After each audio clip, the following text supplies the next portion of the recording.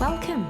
Hi, I'm Mikki, and this is Mikkipedia, where I sit down and chat to doctors, professors, athletes, practitioners, and experts in their fields related to health, nutrition, fitness, and well-being. And I'm delighted that you're here.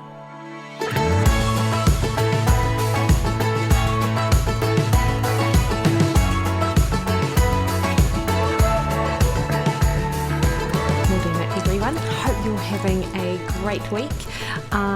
This week on the podcast, I have the pleasure of bringing to you my conversation that I have with Bob Seebahor.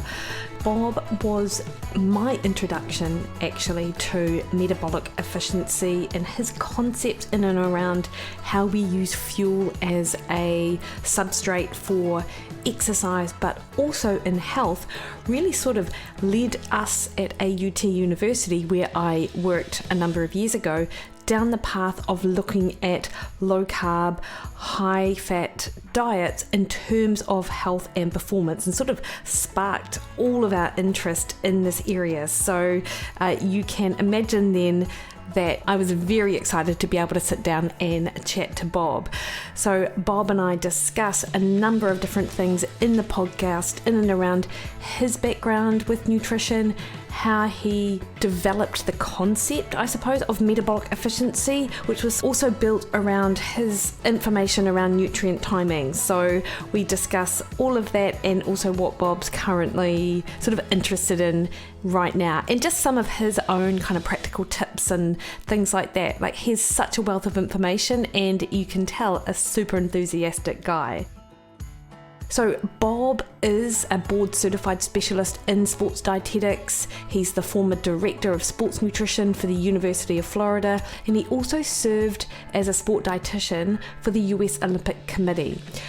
He also owns NRG Performance, which is a consulting and testing and nutrition company, and has also developed nutrition snacks, performance snacks, based on his philosophies of sports nutrition.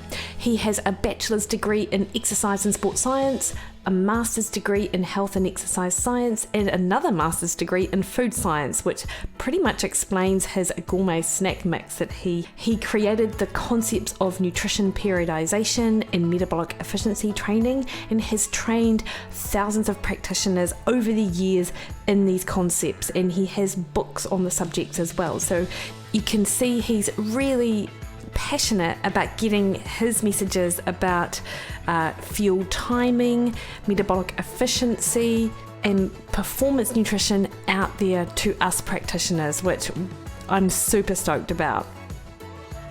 You can find Bob at his website www.energyperformance.com, and that is ENRGperformance.com, and you can also find him pretty easily over on Instagram, Facebook, and Twitter with the handle Bob Seebahor. So without delay, please enjoy my conversation that I have with Bob Seebahor.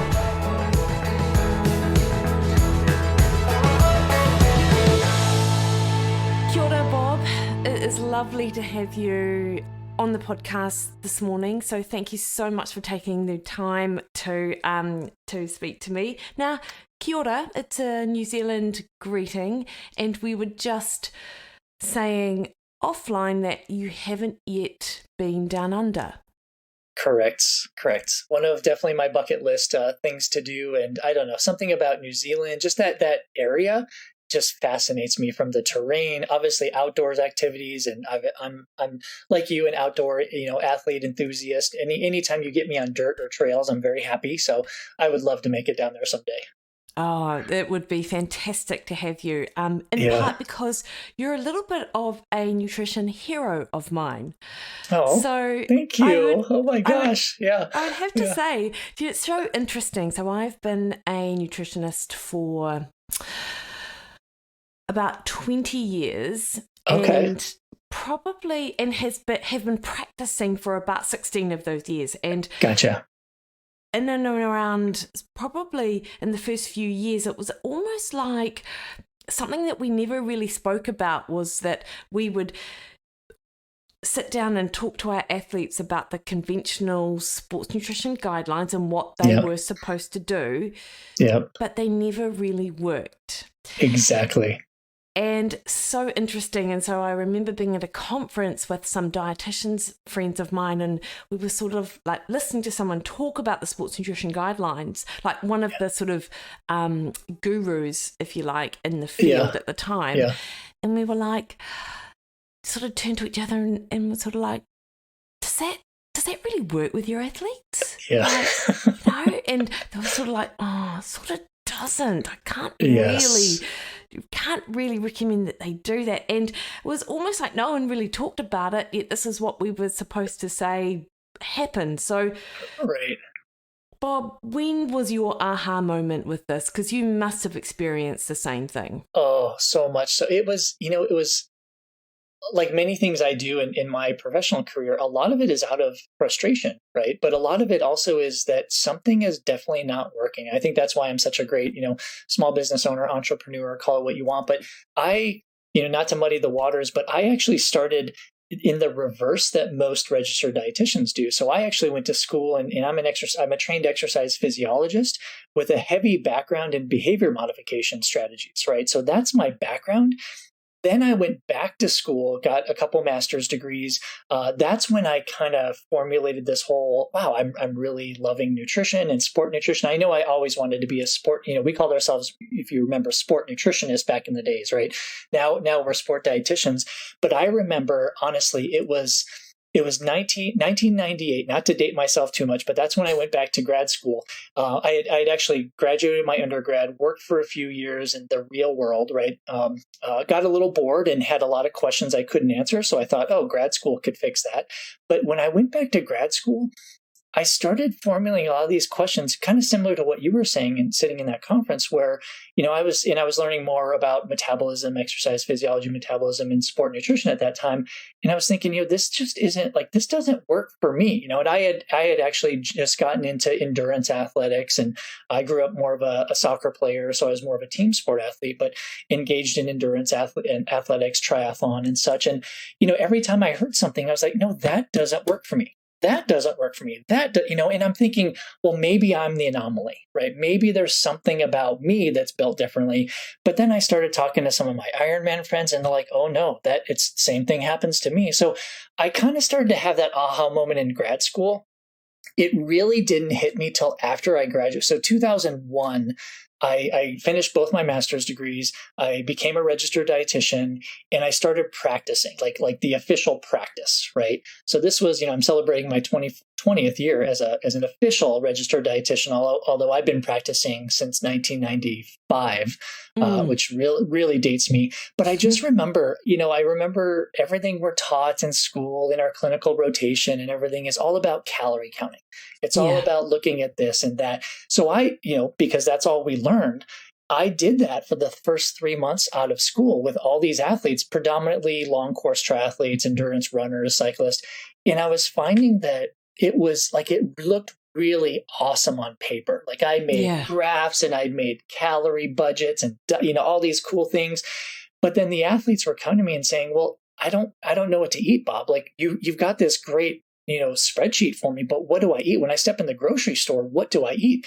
So it took me about 3 months. That was my main aha moment where this is really not working. So that was 20 years ago. And that's when I said, I need to change this.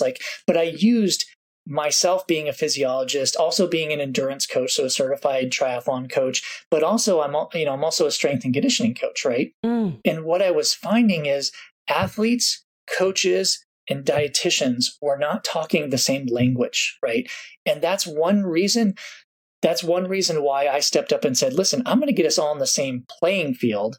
And that's when I introduced nutrition periodization as a concept. So everyone could talk about periodization, but I could implant nutrition in there. Then came metabolic efficiency training. So that was long-winded answer to your question, but I wanted to have you hear the story. No, that's fantastic. And it's interesting. I feel like your background as an exercise physiologist almost sort of gave you a little bit more insight compared to, say, someone who is, just studied nutrition, because, we do physiology, we do biochemistry and chemistry within our nutrition degree. Right. But it's almost like then we step into the nutrition lab and you forget all of that. You forget how nutrients actually work in the body, but this is how it is, because the theory never really sort of lined up with the physiology. That's why I feel like people have a bit of an edge when they understand, how the body works so much more. Exactly. Yeah. And your nutrition periodization book was one of the first nutrition books I bought outside of when I graduated. I was like, this looks sort of interesting and scientific. I think I'm going to buy this. Yeah. Maybe read about half of it. And that's no disrespect to you. It's just that's what I do with books. I buy them, I read half of them, put them back on the shelf. So your concept about nutrition periodization, do you want to talk us sort of through that, Bob, and then potentially move on to the next big concept, obviously, metabolic efficiency? So how does that sort of work? How did that transition? Yeah, like I said, the reason I kind of created this nutrition periodization concept is because we weren't talking the same language with athletes, with coaches and strength coaches. So I wanted to bring us on the same playing field. With that, like in my mind, it was easy, right? I mean, I'm an endurance athlete. I'm a strength coach. I coach endurance athletes. Like it seems super easy. But as I was working with athletes, it was funny, Mikki, because I would always ask them, like the first question would be, what training cycle are you in? Like you're coming to me as a dietitian and I'm not asking you about food or anything. I'm asking you, what training cycle are you in? And they're looking at me like, why are you asking that? Right. So I found it was a really void subject that a lot of endurance athletes specifically had no idea, number one, what periodization was, or they didn't have that discussion with their coach, or maybe their coach just didn't share that with them. So that is kind of my foundation. And that's why I wanted to bring it out in the open so we could just all be at least on the same level when we can talk about that. And I always joke with athletes. I say, if you meet me on the street and you're like, oh, hey, he's a sport dietitian, I'm going to ask him what to eat. I'm going to tell you that I can't answer that question until I know, obviously a few things. The first thing is, what type of athlete, what training cycle are you in, and obviously what your goals are, right? So nutrition periodization really, in my mind, really kind of gave birth to the future of sport nutrition, which was about 15 to 20 years ago. Like that just helped us understand. And now you see, as you know, nutrition periodization is everywhere, like every article, every book and media, which is fantastic because now a lot of our colleagues actually understand this. Yeah. And I find personally that a lot of registered dietitians who do not have exercise science background, they're at least getting a little bit more knowledgeable with this. They may not know anatomy, physiology, all the intricate nature of physiology, but at least they're understanding how to periodize nutrition and how to have those discussions. And that's one thing that I pride myself on, is just bringing that out in the open. So that was, I think that was 2002. I started 2001, 2002. I really started, creating that. But then, and here's how it moved into metabolic efficiency training. And it's such a funny story because as I told you, I'm a lifelong athlete, right? I grew up playing competitive soccer. In my sophomore year of undergrad in school studying exercise physiology, a buddy of mine dared me to do a triathlon, right? It was just a sprint triathlon. It was on campus. And I was like, I'm a little competitive, like in everything I do, right? So I said, okay, if I'm going to do it, you're going to do it. But Mikki, here's the thing. I had no idea what a triathlon was, like honestly, right? And so I'm like, okay, I'll do it. And then I'm like, wait a second, maybe I should figure out what this is first. And then I found out it was swimming. And, I'm what I call a land athlete, right? I did not grow up swimming. In school, I had a mountain bike, a really old mountain bike. But as a soccer player, I could run, right? Yeah. But I could sprint, not run distance, right? Which is interesting. So I took his dare and finished the triathlon. But and then from there, I started, due diligence. I started doing longer distances. And, I think 3 or 4 years later, I did an Ironman. But I was having severe GI distress, gastrointestinal distress, like severe, right? Followed a high carb diet. Yeah.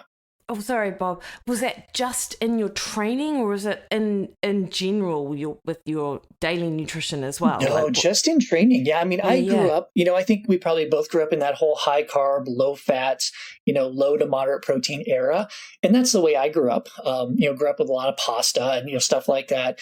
And so just in training, when I went longer, I noticed a lot of GI distress, not necessarily in shorter. I never had it growing up playing soccer, like never had any stomach issues at all. And I was thinking, man, this is really strange. And as I was talking to more athletes and even some of my professors, I would share that with them. And they said, oh, that's just rite of passage. When you are a long distance triathlete or any type of long distance athlete, it's going to happen. It has to happen. And I'm one that if you tell me that, I ask why. Like, why does that have to happen, right? So that's actually what led me to create metabolic efficiency training because number one, I don't know if you're plagued or ever been plagued with GI distress, but it is not comfortable, right? No. At all.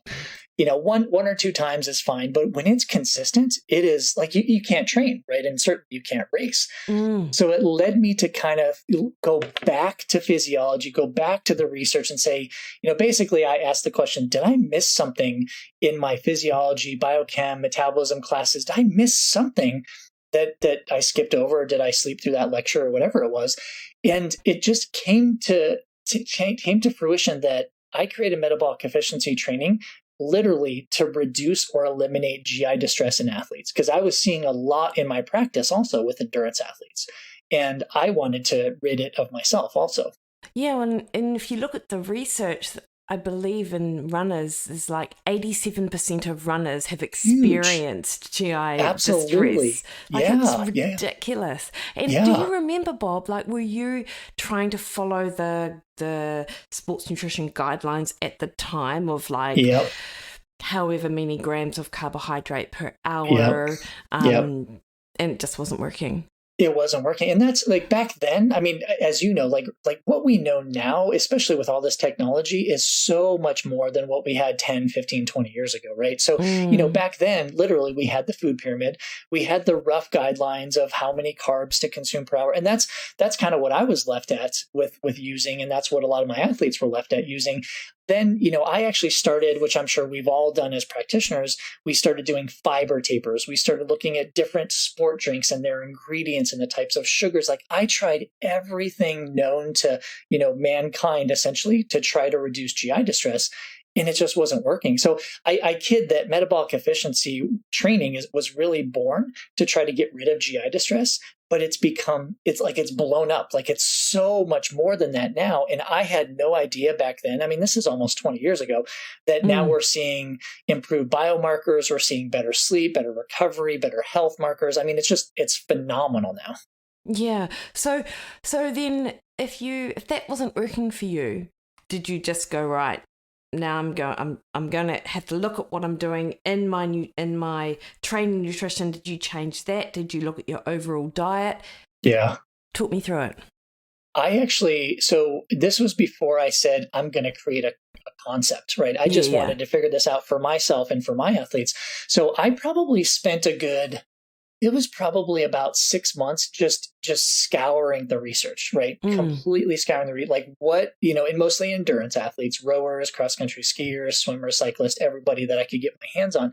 But looking at the research and just reading what has been going, like what is not only being said and stated, but what are some of the studies that may have, I don't want to say failed, but maybe even the small sample sizes, maybe lower power, and just because I wanted to see what was out there. That was my next step in. I wanted to gather all that information because I wanted to basically answer, the question, is there something here or do I just need to accept this, right? Yeah. So what I found was all of this research stating, as we know, like these are the grams of carbohydrate per kilogram of body mass that we should consume per day. These are the grams of protein. These are the grams of fat.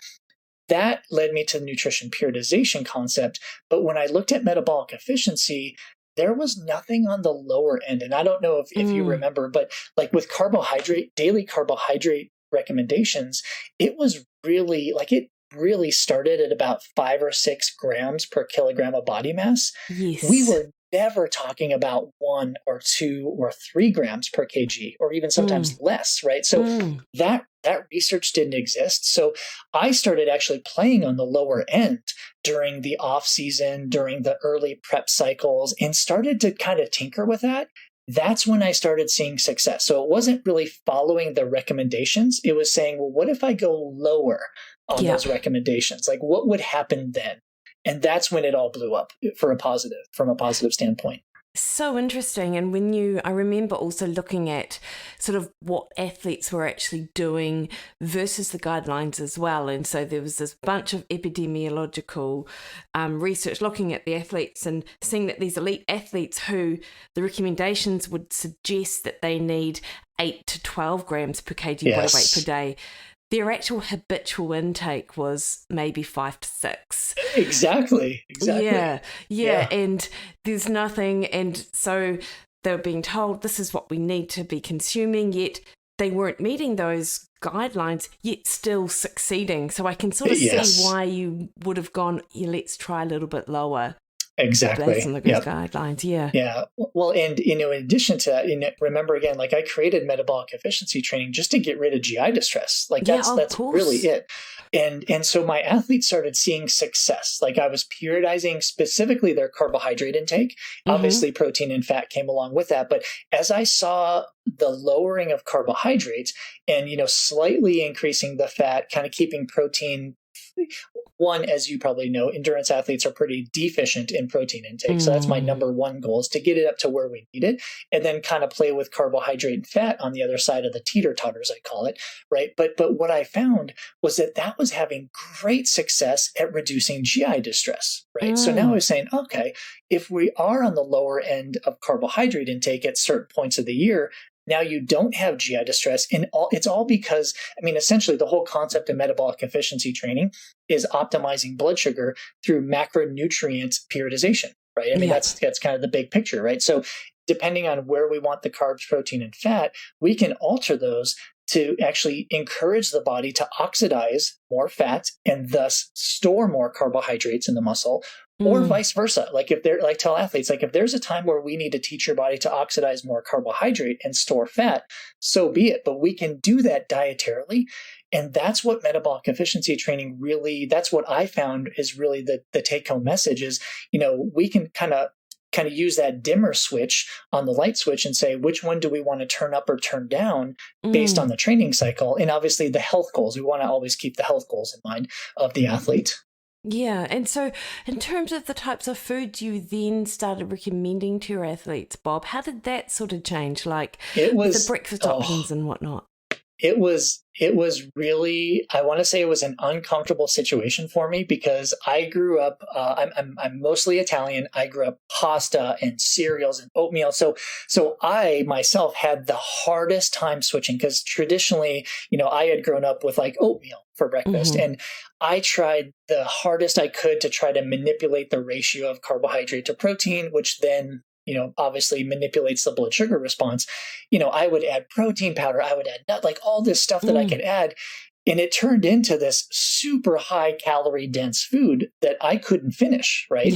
So I kind of scratched my head thinking there's gotta be a better way. I love oatmeal though, but there's gotta be a better way. So that's when I actually started opening my mind. I'm a very open-minded person. And I started opening my mind and saying, maybe oatmeal isn't the best at certain times of the year.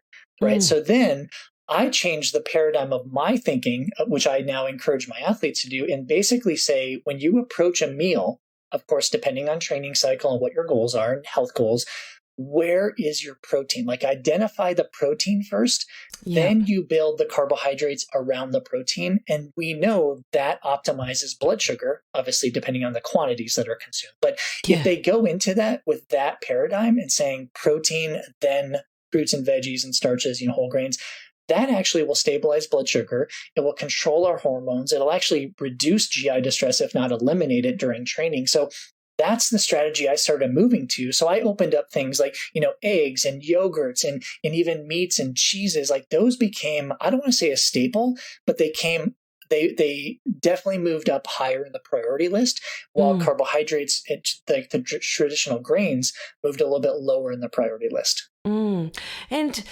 obviously, you started with yourself, you then started recommending it to your athletes, but you then started educating others on this idea of metabolic efficiency. So like, how did that go down with your dietitian colleagues initially? Yeah, well, I had never planned on that. Like, that was never the course of action. Like, remember, I really started out trying to get rid of GI distress for me. Like, you know, let's just be very, very biased, and right, and then some of my athletes. So I had never planned to kind of spread this like wildfire. I actually did develop the testing protocol, the metabolic efficiency testing protocol. So I pulled my physiology side of it in, and I said, well, if I'm going to do anything with this, I have to prove that this is working, right? Yes. So I developed the protocol. It's actually just the exact opposite of a VO2 max test. So it's a very submaximal test. So I could actually quantify changes in daily nutrition and then see if it is actually improving, you know, the body's ability to oxidize fat or not, right? So what, you know, basically, what do we need to do in the diet to change the way the body's reacting, right? So once I had that info and I was kind of armed, then I knew I was ready to take it to the streets. And as I approached my fellow dietitians, oh my gosh, Mikki, I remember my first public presentation was in 2003, and it was titled Nutrition Periodization and Metabolic Efficiency Training. And it was to a group of my colleagues. I don't know if you're familiar with there's a subgroup called SCAN here. It's Sports, Cardiovascular, and Wellness Nutritionists, right? So it was their annual meeting. It was in Boston, Massachusetts. I always remember this because as I was speaking for 45 minutes, the looks on their faces were, number one, disbelief. You know, at the end of my talk, I could just tell, like, their eyes were glassed over, their jaws were dropped, and like they just did, like, everything flew over their head, right? Yeah. And I talked to them, a lot of them afterwards, and they're like, wow, that was a great presentation, but what the heck were you talking about? Like, what is this? Because nobody had ever heard of it. So I was then probably traditionally known as that guy, right? Oh, there's that guy again, right? Yeah. So I will say it probably took a few years. You know, I then, you know, published my first book, Nutrition Periodization, and then my first edition of Metabolic Efficiency Training. Those publications then started to get a little more traction, and I would say got the attention of a lot more of my colleagues and even strength coaches and traditional endurance coaches, if you will. That's when, you know, USA Triathlon, I was doing a lot of education for them. That's where they started to adopt it. Like, all the coaches and athletes were thinking, yeah, this is it. I will tell you this, though. The coaches and athletes adopted it much sooner than dietitians. Oh, right? yes. Yeah. And so I would always tell athletes, you know, if you're going to work with a dietitian, ask them, number one, if they know what nutrition periodization is. Number two, if they know the concept of metabolic efficiency training. And if they don't, you should probably move on to the next the sport dietitian, right? So these days it's nice because I wouldn't say all sport dietitians know about this, but it's definitely growing in numbers. For sure. And I often have said this, like when I sort of had a change in my thinking around nutrition, I felt like I was almost hamstrung by what I had learnt.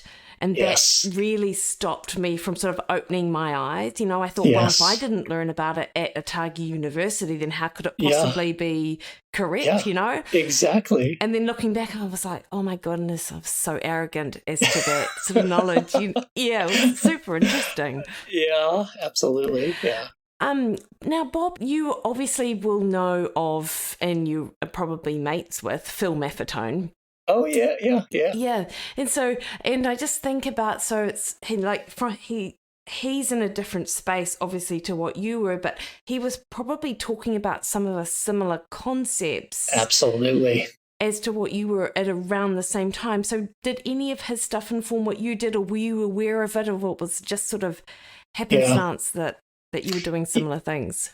I think a lot of it was happenstance. I think I was aware of his work, and to this date still, I have individuals, professionals, athletes, whomever, come to me and say, well, how is metabolic efficiency training different than the Maffetone method?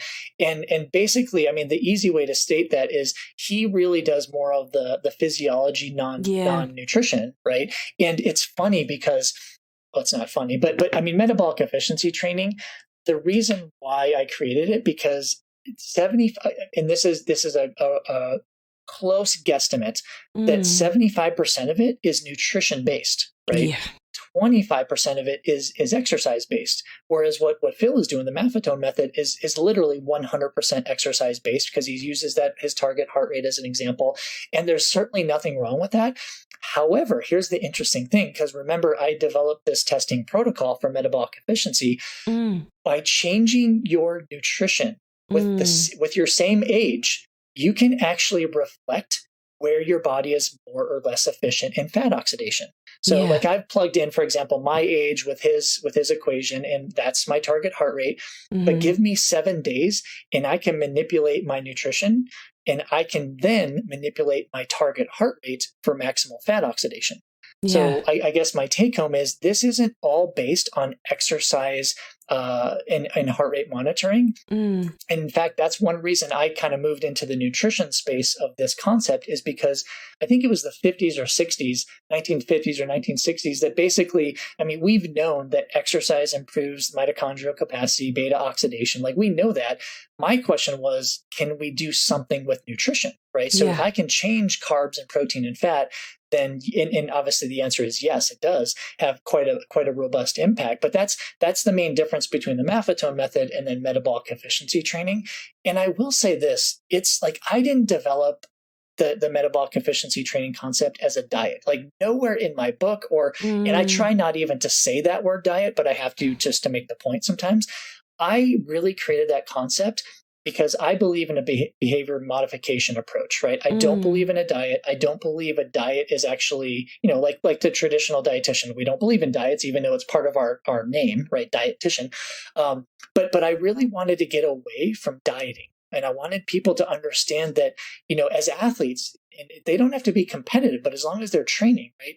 If you follow a training program, you should also follow a nutrition program that supports that. So you're not following a diet to exercise. You're following a training program that supports your exercise training program. Yeah, and it's interesting as well if I think about your testing protocol, Bob, and so that was one of the first things we did in our lab to discover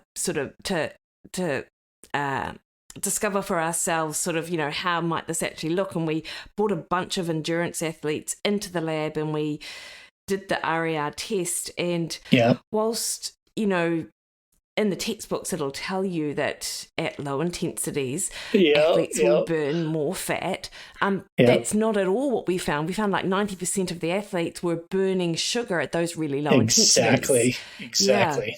Yeah, and must have been interesting for you to sort of develop the test and then also recognize that yourself. Yeah, well, and like you said, like that's what we were taught. And even in physiology, we knew that. We knew the crossover concept. And I basically took the crossover concept, which is all based on exercise and aerobic exercise, and I added a nutrition component to it, right? But yeah, when I first saw that too, because I remember like we used to do that in the lab in undergrad all the time and look at the crossover concept. But then when I started kind of looking at it in a different lens with the nutrition piece, I would say even still to this date, about 60% of the athletes I test still are, I guess, if you will, are high sugar burners at low intensities, right? They don't even cross. I call that cross a metabolic efficiency point.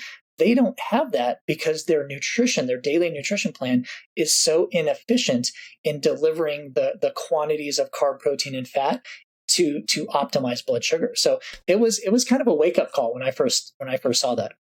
Completely. And it's what I find really interesting now is that people sort of people equate metabolic efficiency with low carb. I see this all the time. And then people and metabolic flexibility obviously also comes into the piece because you want to, as I understand it, it's important to become metabolically efficient to then allow for this flexibility. Exactly. Whereas people who who sort of conflate that metabolic efficiency with low carb are like, oh, well, we're born metabolically flexible. Of course you can burn fat, but you can't really do that in a food environment that is constantly geared towards higher carbohydrate approach all of the time. Exactly. Which is pretty much the United States. I mean, I don't know how it is in New Zealand, but that's the culture we live in. And it's a huge obstacle for athletes to get over. Yeah, no, and it's absolutely the way it is down here as well. Yeah, is it? Yeah. Yeah.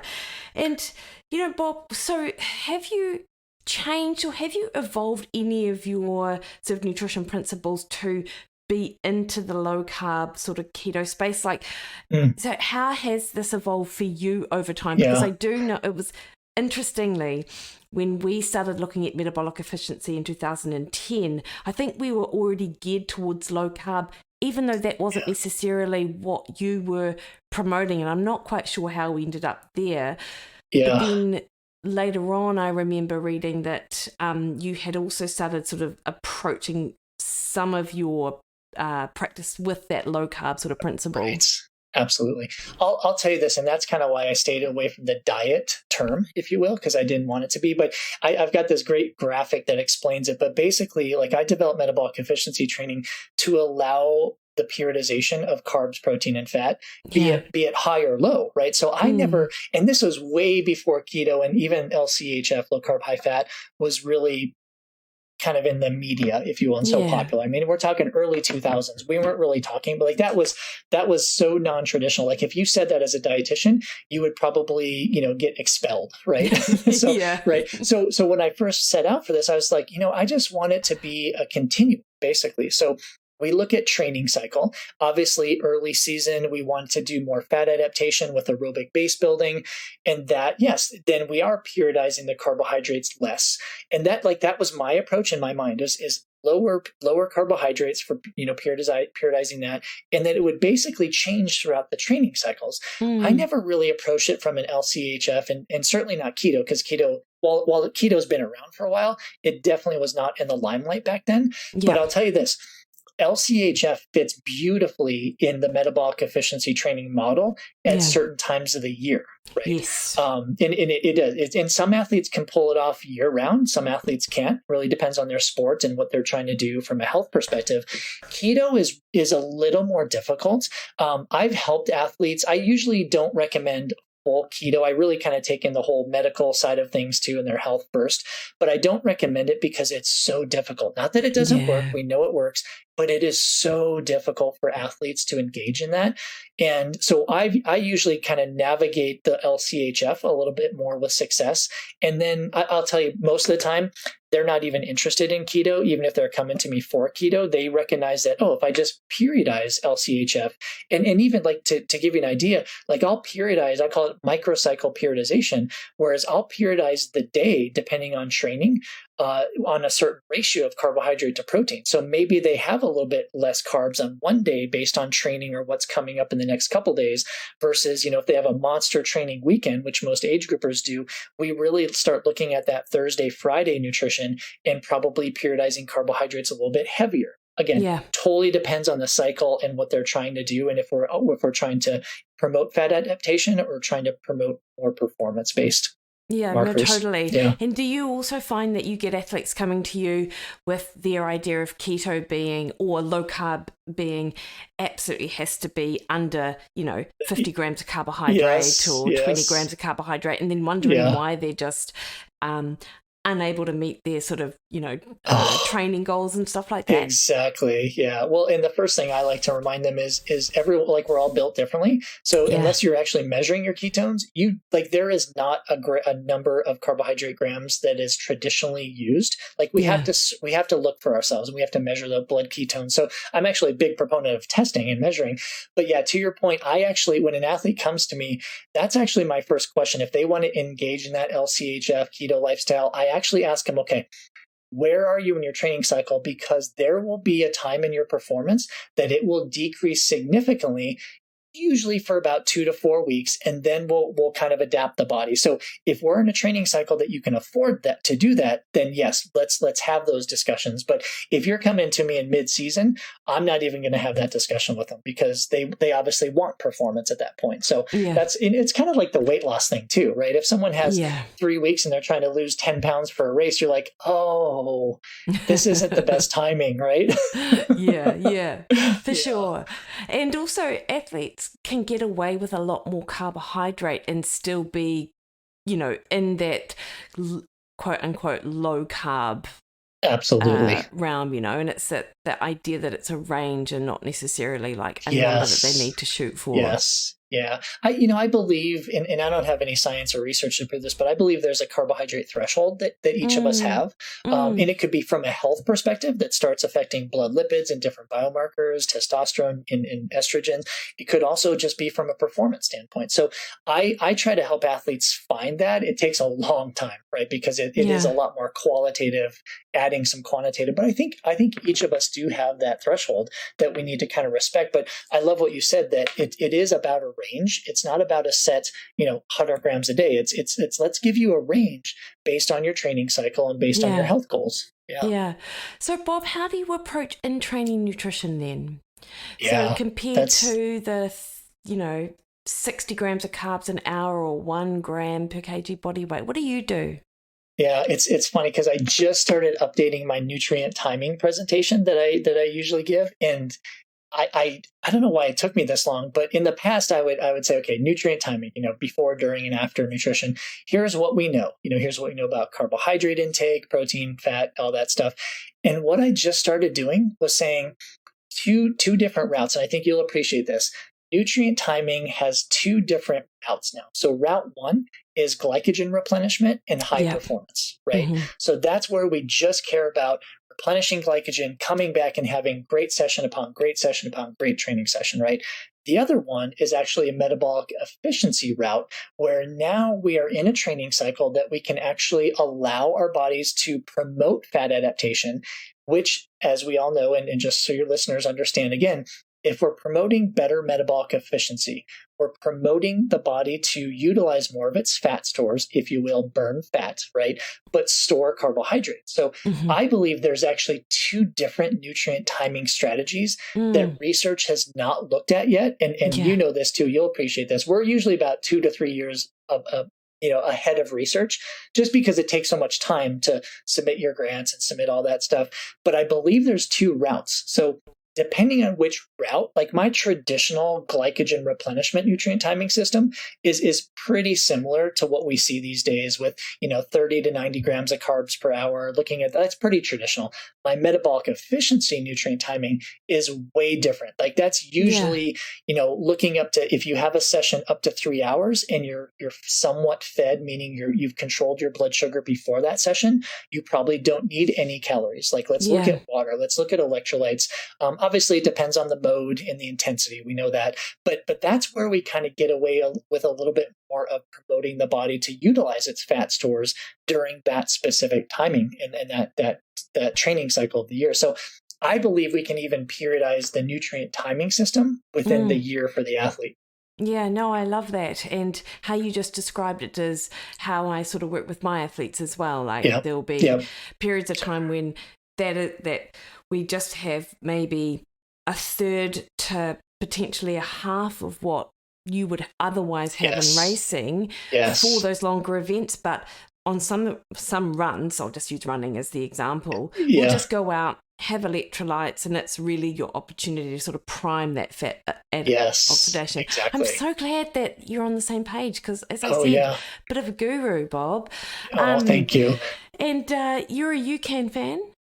I'm a huge UCAN fan. Like there's a backstory to that too, but you can't argue with it. Like it works. I would say in 98% of the athletes I've ever used it with, it works beautifully. The other 2% were found allergic to corn, right? Which obviously they can't use UCAN, right? So it's kind of an interesting it's an interesting product, we know, but utilizing it is very interesting too, because as you know, like athletes, even, you and I grew up where we just, we were taught to throw in as many sugar calories as possible. And I think athletes are still have that mentality. It's getting better. But I think when they move from like a traditional, what I call a simple sugar sport nutrition product to something like UCAN, they want to do the same timing, the same dosing. I have to remind them that it's a way different product. It's metabolized different, has different effects on your blood sugar. So the timing is actually extended because the molecular structure is changed during their cooking process. So once I implement that little piece of education and we get the timing down, UCAN works beautifully in, like I said, about 98% of the athletes I work with. And that's my go-to for most of my athletes I work with.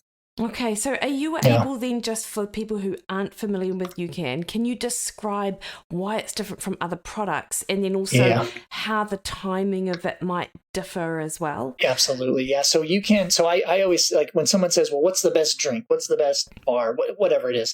I always ask them, do you want a simple sugar or do you want a non-simple sugar? So that's my first way of introducing it. So everything else on the market, pretty much, although we're having some new technology these days that is kind of bridging the gap between the both. But simple sugar is like your traditional sport drink with glucose and fructose and maltodextrin, stuff like that, right? While it is a starch molecule, it's made from a non-GMO cornstarch, and they cook it. They literally cook it with water and heat. That cooking process, which takes quite a while, it changes the molecule so it becomes elongated. That actually, this is why I appreciate it so much, is because I actually latched onto UCAN because it doesn't cause GI distress. And for my story of metabolic efficiency training, trying to reduce GI distress. So UCAN actually empties the stomach very quickly. It has a very high molecular weight, which means it empties the stomach extremely fast. So it's not hanging out, getting ready to set up for disaster. But once it gets to the small intestine, it gets absorbed very slowly. So that is like, I call it, I think UCAN calls it slow energy, right? So it's slow burning energy for longer duration. So that actually changes the duration of implementation and the timing of it. So instead of like the traditional 20 to 30 minutes, you're consuming a traditional simple sugar sport drink, I usually start dosing around 75 to 90 minutes. Okay. Now, that said, you understand this too, but I actually am working on improving metabolic efficiency through daily nutrition at the same time. So you combine my metabolic efficiency training concept, which is optimizing blood sugar through food periodization, right? With UCAN, it is like the best, most beautiful marriage in the world. It cohabitates so well. Yeah. Yeah. So, okay, if I use me as a case study, and I've got a 100K race coming up in October, what would be your UCAN strategy for me? Yeah. So I would first ask you, what are you trying to accomplish during that 100K, right? So are you going for performance? Are you going to finish and have fun? Because that in my mind is segmenting what intensity are you going to be trying to run, right? And then, of course, the second question I would have is, what is the course like? Like, do you have a lot of vertical? Is it mostly just rolling or flat? And then third, I'm always wondering this, what is your metabolic efficiency like right now? Like, i.e., what is your daily nutrition? So once I have all those answers, what I would just blanket, recommendations for UCAN, not knowing anything about what I just asked, I would actually start dosing between 60 to 75 minutes. Now, that said, remember, and I think you know this, but UCAN has a powder. They have bars, and they also just came out with a liquid product called Edge. It's not quite a gel, but it's liquid. It's wonderful. So looking at those products and asking, okay, Mikki, we know during 100K running, you probably don't want to eat too much solid food. I'm guessing, right? So you'll probably want to drink or consume something like a liquid, shot, if you will. So then I would have to ask you, well, which product are you going to use? And then I would start dosing. Okay, is it one UCAN Edge every 60 minutes? Is it 1 or 2 scoops of UCAN powder in your water bottle? But normally I would start you with 60 to 75 minutes. But if I got to work with you for a few months, we might actually extend that to 75 to 90 minutes because we can make you more metabolically efficient. I mean, literally, you didn't ask the question earlier, so I'm just going to ask and answer it. How long does it take to improve metabolic efficiency? Well, in science, in the lab, I have proven it takes 7 days. You can change someone's nutrition and automatically change fat adaptation. However, I usually allow athletes at least 3 to 4 to 5 or 6 weeks because of the behavior change, because changing a nutrition behavior takes longer. But just know you can change it very quickly. But if I had a few months to work with you, we could easily dose a little bit longer with the UCAN strategy during your 100K. Yeah, so interesting. So because my so it's I heard about the UCAN Edge on a podcast that you on a podcast I was listening to, that you would Can't recall which one. Maybe it was Trail Runner Nation, or it was, yeah, because I just did that one, about a month ago or so. Yeah. And I was like, I didn't realize that they had that product, so I've ordered some. It is amazing. Have you tried it yet? Not yet, because it's held up at customs, but it will. But hopefully not too far away. Yeah. But I thought it could be actually perfect, because this 100K race the vert in total is like 2,000 meters, so it's actually not that much. It's real rolling. Yeah. It's a real runner's course, actually. Perfect. And so I anticipate the intensity is going to be higher than, say, another one which is a lot more vert. Yes, exactly. So you will love the Edge. Like it's a liquid, right? So it's super easy to get down, and it's tart, which I definitely appreciate, because I think a lot of us endurance athletes get that flavor fatigue. We don't want anything really sweet towards the middle to end of the race. So I think you'll really latch onto it. Yeah. Oh, awesome, Bob. Thank you. Yeah. So how does fasted training fit for you, Bob, with regards to metabolic efficiency? So that wasn't really around when I developed the concept either, right? I mean, this is my take on fasted training, because I do a lot with behavior modification and listening to the body, intuitive eating. We all know that all of us are fasted. When we wake up in the morning. I firmly believe that most individuals, of course, it's going to depend on age and health and even body weight goals. Most of us should really shut down our eating at dinner time, right? I mean, after that, I really question why are we eating anything after dinner? Of course, depending on what time you go to sleep. I work with a lot of collegiate athletes, and they're not going to bed till 1 a.m. and they're eating dinner at 6, right? So I totally get that. But I believe that we're already establishing at least a 12-hour fast, right? Even sometimes a 14-hour fast. But my philosophy is, when you wake up in the morning, because I teach intuitive eating, ask yourself if you're biologically hungry. To go through this little checklist. If you are, then assess what training session you have. If it's quality based, i.e. intensity intervals, you need to hit a time, heart rate, pace, then yes, we should absolutely think about feeding you something with some carbohydrates to fuel that session. If it's a session, if it's either a rest day or if it's an aerobic session, then I actually do promote going into that, not because the whole sexy term fasted training, but because you're simply not biologically hungry. So why feed yourself? So that's kind of my philosophy. I don't do a lot of fasted training protocols, but if you kind of gather on what I just said, you have to assess what kind of training session, what the objectives are first, and then back up to say, well, do I need to eat something? And then ask, well, am I even hungry or not? I'm personally, I don't usually, I get up around 5 or 6 a.m. I literally do not get biologically hungry until about 8 o'clock. So I don't see any reason, even if I'm doing a session in the morning, unless it's super high intensity, which on a side note, I try not to do any high intensity in the morning, because it's I've just found for my body, cortisol spiking, I cannot get quality training in the morning. So I don't even go there with myself. Yeah. Oh, interesting. And so, that sounds completely reasonable, with regards to the fasted training and what you do. Is there any differences for you when you work with females as opposed to males, Bob? I knew that question was coming. I knew you were setting that up, weren't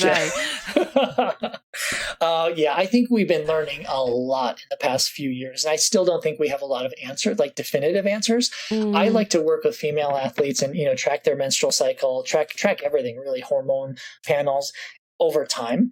And I think, unfortunately, that does, for me, it takes at least 6 to 12 months to really start getting an accurate vision of what's going on. So for males, in terms of what we know in research, males, we realize that fasted training can work a lot better, if you will. And it depends on, I guess, how you define better. Although I have seen some males absolutely destroy some testosterone balance with too much fasted training. So that's one little warning sign I would throw out. With females, I'm a lot more careful with fasted training. I won't say I stray away from it, but I really try to track, kind of get into the menstrual cycle first, and then look at biological hunger, intuitive eating before we even have that fasted training discussion. Because I do think there are some. I don't think there are of great benefits as you see in males versus females. So I'm not ready personally as a practitioner to pull that trigger and recommend it 100% of the time in females just yet. Yeah, and it's really interesting because when I work with my female athletes, and I find women are very quick to restrict compared to men, Yes. and so Yes. we've been pulling things out of our diet since the 80s. It's super Right. easy if you tell me to get up and not eat, then, Yeah. sure. But, and some women are just not robust, against that faster Exactly. training. But there are other women that are as well, and women really know their bodies well, and so if Yes. they've got some qualitative markers that would suggest that their fasted training is then going to, is impacting negatively on their sleep or their mood or anything like that, then Yes. it might not be a great idea for them. Exactly. So it's them, you're right, it's the athlete knowing themselves as well as the coach being really sort of familiar with it too, right? Well, and I think a lot of athletes, and they're starting to realize this, but in the coaching and even the physiology world, like we understood this for decades, but I don't think a lot of athletes really understand that what you're doing today for training is actually also being reflected on what's happened literally probably the past 3 to 7 days beforehand. And what you're doing today will impact the next few days of training afterwards, right? So it's not like training is not a moment in time. Biology is not a moment in time. It's ever changing. So i.e. if you're a female and you're doing a fasted session this morning, and maybe it is a little bit more of a tempo or threshold effort, that may actually go well today, but it just may have a negative effect in the next 2 days of training. So I think we need to really help athletes understand that. It's not all about what you're doing today. I know, I love that. And it's so, and I talk about that with nutrition as well. It's like your body isn't this like bank balance that you have to, settle at the end of every day. It's, it's that kind of 3 to 4 days.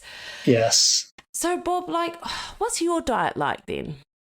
Oh, it's really interesting you asked that, because I experiment so much, it's not even funny. Like I do, blood work testing with me, hormone testing with me, obviously metabolic efficiency like crazy. I actually just went, what is it? It's July. In March, April, and May, I went through a little daily nutrition experiment, and I was pretty LCHF, right? Pretty low carb, high fat, not really training for a competition, but just, training to stay fit. So I was doing a lot of cross train running and cycling, hiking, you name it. But my intensity wasn't high either, right? So I did this little experiment because I knew I was going to do some blood work testing. Yeah. And just to preface this, and this is why I keep saying, if you're hearing this, I keep bringing up the health thing. I have just horrible cards that have been dealt to me in terms of genetics and blood lipids, right? So a lot of family history, cardiovascular disease, diabetes, the whole shebang. With that, I also have higher level, like you would, it's the whole don't judge a book by its cover. Like I look pretty healthy, I look pretty fit, but when you look at my blood work, literally, Mikki, a doctor would have seen my blood markers, and I did a full particle size test, lipid profile, so NMR or whatever we want to call it. This was at the end of May. If I would have shown a doctor that, they would have recommended me go on statins immediately. They probably would have said, you need to do this, you're going to die, that kind of a thing. Like I had some pretty high levels, but not alarming because I'm trying something, right? So now, since June, so I'm about 6 weeks into it, I completely reversed this LCHF. And not that I'm doing super high carb, but I've introduced grains. But what I'm trying to focus on a really high fiber approach. I'm still getting protein, but I'm not doing a lot of red meats. Most of my protein is actually, to be honest with you, chicken from an animal source. I've pretty much deleted cheese and red meat from my daily nutrition plan.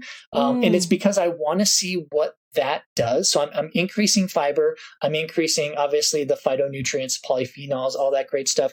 But I'm reducing a lot of the saturated fat. I'm reducing just a lot of the, I'm basically doing a MC, I guess, MF, right? Kind of LF kind of a thing. Yeah. So I've introduced more carbohydrates. So I'm giving myself 3 months, and then I'm doing another blood work analysis just to see from a health perspective, what that does. Because obviously, as you know, I mean, health is paramount to performance. It doesn't, like, if you're not healthy, you can't perform. Obviously, you know, I don't want to leave this earth before I want to leave this earth. So I'm going to be really curious to see what this does. I have noticed, again, not that I'm training hard, but I have noticed with a little bit more carbohydrates on board that my runs are better, my bikes are better. It's just, I mean, that's the no duh moment, right? Because we have more glycogen stores. But I've also noticed my body weight hasn't changed, but I have noticed a little bit of composition changes, especially where, males traditionally stored in the wonderful, the stomach area. So it's just interesting about halfway through this second part of my experiment, what I'm noticing so far. But, I believe proof is in the numbers. Like I actually used to be vegetarian for 10 years. And it wasn't until I did blood work, and then I also did a metabolic efficiency test, but I actually went from vegetarian to non-vegetarian because I actually saw better blood work, blood lipids specifically, when I introduced animal proteins. I believe, and here's just this little thing I want to put out there. I believe my body is set up to consume animal proteins, but not as much as what most LCHF people will actually do, right? Yeah, and that kind of comes back to the whole genetics, genomics, what each of us are programmed with. So I don't believe that you and I could follow the same LCHF plan and have, the same results. And that's a bad example because I'm male, you're female, but call it however you want to compare it. But and that's one thing I really tell athletes is, just because this works for you, like, let's, number one, take a deeper look. Like, I'm a huge promoter of testing, biomarker, blood work testing, because we want to see what's happening inside the body. If I didn't look at that for myself, who knows what would happen? Like my everything is all the bad is high, all the good is kind of low. I even went in for a calcium heart scan. I mean, to that point, I'm like, oh my gosh, which I don't know if you know much about that. I learned about that, and it came up, even though I had high particle size, LDL particle size, even though it was more the APO, it was more the large fluffy, the B. My calcium scan came up with a 0. And it was so funny because when the lady told me this, the technician told me, okay, you're a 0, and she's explaining it. I looked at her and I said, are you sure that's right? Because I was fully expecting calcium deposits because of my high blood lipid profile. Interesting. And I think that's probably the next step. Like, if you're going to ask me, what are you doing next? I'm really digging in a little bit deeper to this because I want to find that relationship between what's happening, in the heart, and we're talking about plaque and calcium buildup. And actually, if we're having these high blood lipids, specifically particle size, and that specific realm of, having high LDL particle size, low HDL particle size, I want to actually answer the question, is that detrimental? We think it is, but I don't know. Who knows if this is another concept or not, but this is the N of 1 experiment right now. Yeah. Oh, so interesting, Bob. So did you do your blood markers prior to being very low carbohydrate, then retest, and then you're retesting again, or was it? Yes. Yeah. Yes. Yeah. And so my blood markers before were kind of what I would call normal, right? Yeah. I still had some higher levels, but it wasn't like when I did the traditional LCHF, and I included obviously more animal proteins, which had more saturated fats. That's when I saw the particle size numbers go through the roof. Yeah. Right? Interesting. Yep. Yeah. And any change in your triglycerides at all? No. From first to second? Yeah. No. Yeah, they were pretty, I mean, a little bit, but nothing significant. I'm actually really looking forward, because when I was vegetarian, obviously high carbohydrate, my triglycerides were also through the roof. Interesting. Obviously, right? So I'm really curious to see what happens in the next couple months when I do my third blood work analysis. And isn't that interesting? Because as a dietitian and someone who obviously enjoys, I'm just going to assume, healthy food. Oh, yeah. Your triglycerides wouldn't have been high because you would have had, a whole heap of junk food or anything like that in your diet. Right. Exactly. It's just that, and this is why I find and I said earlier, I think we all have a carbohydrate threshold. I believe that we do have these thresholds of carbohydrate that are actually affecting blood markers, either negatively or positively. And again, I think it's unfair for us to say, we are all the same, because obviously we know we don't come from the same genetic pool, but I think we're paying much more attention these days, I know I am, to genetics and genomics, because it does influence, it's not, taste preferences and this and that most of the time, but it's influencing how these foods interact in our body based on the cards that have been dealt to us. And I think that's one thing that athletes really need to understand these days is, as dietitians, we're kind of taking it to the next level. Like, we're not just, diet doctors, if you will, and just giving you calorie budgets and calorie counting. Like, we're really looking into the science and a lot more of the systems that are involved with how food interacts in the body. Absolutely. And now that, those kind of tests that you're talking about are so much more readily available. Like, absolutely. Particularly for you in North America. In New Zealand, it's a little bit harder to get these tests, but there are companies like NutriSearch, for example, whereby they send our blood markers to Australia and they get analysed there and come back. So it's not cheap, but for people who are really interested in looking under the hood, they're certainly, it can be super helpful. Absolutely. Bob, you're interesting on that fibre front. You're probably well familiar with the studies looking at psyllium husk and like I have a friend actually, and she's another nutritionist, and she had quite a high LDL cholesterol number, and so she had psyllium husk, had a teaspoon of that with each meal for 5 weeks, dropped it by half, which was super interesting. Wow, that is amazing. Very responsive to it. Yeah, well, and I'm back. Remember, I talked about oatmeal before. Like, I'm back to my oats. I add psyllium husk. I add ground flax. It's like a super high fiber morning, start of my day. Oh, you must be stoked to be back to those oats. It is kind of nice, I won't lie. Like, it's kind of it kind of brings back like the comfort in it, because I was so used to it years and years and years ago, right? Yeah. So then, Bob, if you're happy for me to ask, can you talk me through a typical day's food for you? Oh my gosh, it really depends. Honestly, it really depends on my training and what I'm doing. This morning, actually, I had a metabolic efficiency test, which started kind of early. So I literally, like last night, I just made a smoothie that had almond milk. What did I put in there? I put almond milk. I put spinach, blueberries. I used a whey protein powder. I put nut butter. I used peanut butter last night, and then I put ground flax and psyllium husks, and then just blend it. And that I just put that in a shaker bottle because I knew I wouldn't be able to eat. Now that said, my test started at 7:30.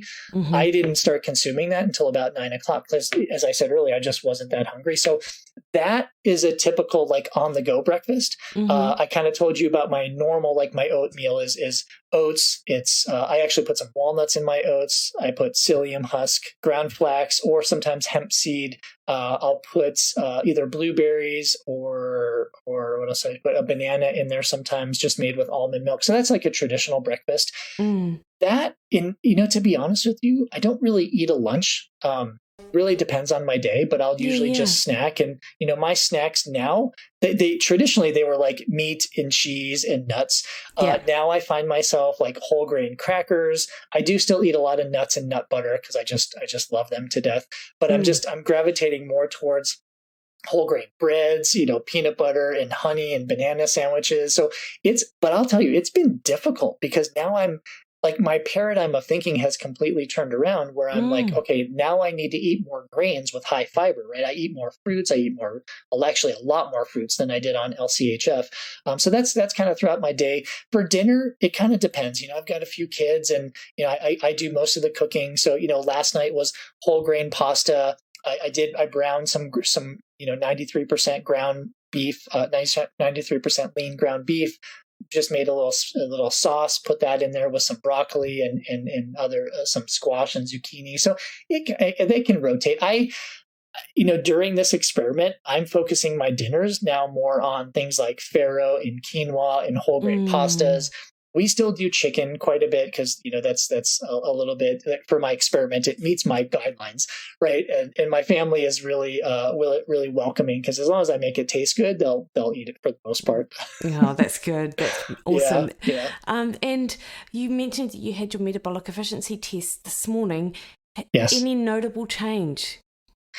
So I actually did this on an athlete. It wasn't on myself. Right? Okay, there you go. Sorry. Yeah, sorry. But to your point, it was the second test of this female. She's a 53-year-old female that I tested 2 months ago. She actually improved fat oxidation by 16% and ended up going another stage. And she's an ultra runner and Ironman athlete. So obviously in that package, it's a huge deal. And it kind of proves, when you actually can come up with a good dietary plan or daily nutrition plan for an athlete, and they actually follow it somewhat, it works. Like quantifiably, we can prove that it actually works. So that was the greats. I mean, I will say about 9 out of 10 athletes that I retest actually do improve. Every so often someone has some setbacks, and it's usually because life happens or something, traveling or something happened. Yeah. Yeah, no, completely. And Bob, as I understand it, you run courses that like coaches and nutritionists who are interested in exploring more can do a metabolic efficiency course to learn a bit more about it. It is, yeah. I was a little hesitant. I actually, in 2012 is when I first kind of brought this to life, and it's called the Metabolic Efficiency Training Specialist certification. It's all online, which is fantastic. It used to be all in person, but then I just found that people did not want to travel. Even though I live in Colorado, they still didn't want to come to Colorado just because of the whole travel. But I just wanted a medium. Like I said, I never planned on doing it, but I had so many people say, we want more knowledge. And I would develop these little courses or presentations, and they were just saying that's not enough. Like, we want to be able to take this and teach someone. And so I actually just probably about 5 or 6 years ago, kind of just focused on the health professionals. So medical, nutrition, fitness, coaching. Those are the individuals that I will actually certify through this course so they can teach. So I teach them not only about the concept, but then they have a mentorship with me so I can actually teach them how to implement it in their business model. So it kind of helps them. It's not like that certification where you just gain knowledge, which is great. It actually teaches you how to use it in your practice. That's fantastic. That's awesome. Yeah. It's fun. I love educating. Yeah, no, I can absolutely see that. And you're so enthusiastic, which is, thank you. I've, listened to you on a number of podcasts and stuff like it. So it's been great chatting, Bob. Yeah. One final thing, may I ask, any supplements that you recommend people take to help with their metabolic efficiency sort of journey? I would say, let me think about that. Not directly related to improving fat adaptation. There are some fat burners out there that we've always heard of growing up, which are basically proven unsafe. But I will say this on the supplement side of things. I encourage people to, again, pop the hood, look under the hood, see what's going on in the body. I firmly believe, even though, we all have a food first model, I really do believe certain individuals require certain supplements. Yeah. But it is somewhat based on what's happening in their body, their health goals, but also their medical health history. From a metabolic efficiency training standpoint, from a daily supplement, not so much. There's not a vitamin that's going to help with that. I mean, again, indirectly, we know vitamins really help the enzyme. We know all of that exists. But, from a training standpoint, that's where, our UCAN discussion came into play. Because I really, with all the endurance athletes I work with, notwithstanding to the daily supplements, training supplements, because that's, as you know, that's still a supplement, right? That's the one that I gravitate more towards because it just works so well. But I am and you don't usually hear this from dietitians, or at least you didn't about 10, 15 years ago. I'm extremely pro supplementation, but you have to do the testing to see what we actually need, right? So it's not as easy. Remember, back in the days, it's not as easy as looking at a food frequency questionnaire, 24-hour recall, three-day food log. We can't say, okay, there's some deficiencies. We need some blood work. We can do omega-3 testing nowadays. We can do all, vitamin D testing, obviously, iron testing. So I think, back to your point, just really quickly, you said it's expensive to do that. It absolutely is. With the athletes I work with, as you probably know, because you work with a lot of endurance athletes, they spend a lot of money on stuff. Right? Yeah. Bikes and running shoes and registrations. So what I tell them is, as you're budgeting your annual budget for race registrations, for a new bike or whatever it is, even hiring me, budget for biomarker testing, right? So if you can't go through your insurance, like budget whatever it is, so you can have omega-3, tests done, or if you can have vitamin D tests done as the seasons change. So I think that's really wise to leave athletes with, so they can kind of think, okay, I should start budgeting this instead of being reactive. We try to be a little more proactive with that. That's nice. And you are so right. Like, such a good point that people invest so much time and resources into their sport, then they may as well, then it just makes sense that this is just another element just to help ensure that those resources aren't going to waste, basically. Right. Absolutely. Yeah. I mean, the last thing you want to do, I hear athletes all the time, like they hire me, they buy a new bike, they pay thousands of dollars sometimes on a registration. The last thing you want to do is not make it to the start line. Right. Yeah, totally. And a lot of this, it can be actually prevented. Yes, absolutely. Bob, it's been so good to talk to you. Now, just you're not really training for anything at the minute, but is there anything on the horizon for you in 2021 race-wise? 2021, not so much. I'm actually trying to build fitness and just having fun on trails right now. In 2022, there's a race on my docket, if you will, already registered. I'm actually going to be doing it with one of the athletes whom I coach. It's called the Cocodona 250. So it's a 250-mile trail run in Arizona.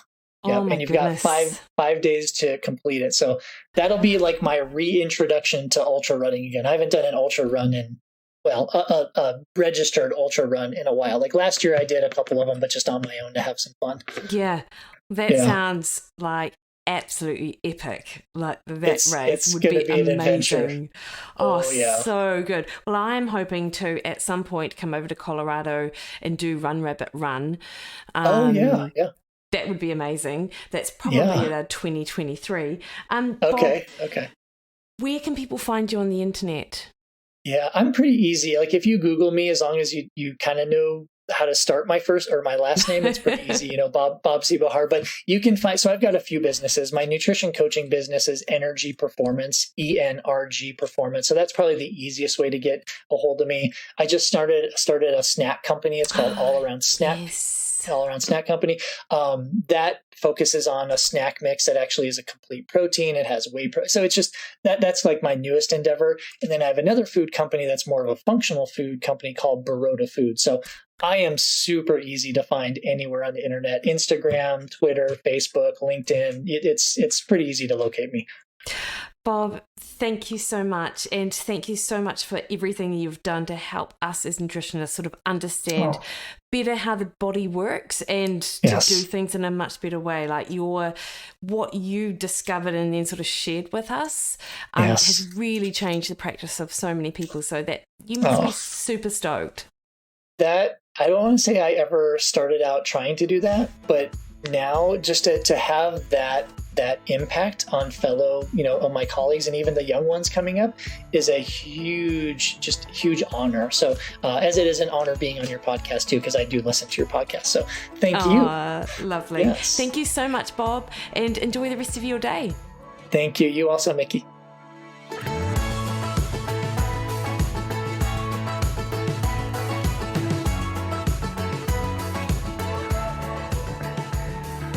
All right, team, hopefully you enjoyed that as much as I enjoyed chatting to Bob. And as I said before we kicked off, he's super easy to find, but also really open to interactions either on his social media platform, and he works with a number of people as well, so you can absolutely contact him via his website, energyperformance.com. And next week on the podcast, I have another conversation with Paul Lawson, who was one of the guests of my second podcast, actually, second ever podcast. So it was almost a year ago that I had the pleasure to talk to Paul Lawson. And next week on the podcast, we have a chat about HIT Science, which is Paul's company, Athletica AI, which is his electronic training platform, and also any updates on that paper that he wrote with Phil Maffetone, COVID-19 and metabolic health, the perfect storm. As always, such an awesome conversation with Paul, so keep an eye out for that one. Until then, though, if you enjoy the podcast, please subscribe on your favourite podcast platform and leave us a review. That would be amazing. You can find me on Facebook at Mikki Williden Nutrition, over on Instagram and Twitter at Mikki Williden. Instagram's probably where I do most of my day-to-day stuff that you can get updated on, or head over to my website mikkiwilliden.com, where you can sign up to my awesome recipe platform, my weekly emails. Come and be part of our online members only group. There's heaps of chat going on right now because we are in the second week of Mondays Matter Spring Edition, which has been awesome with over 400 people. Or book online for a consult with me for some more individual sort of advice. Well, I hope you have a great week and look forward to catching up with you next week. See you later.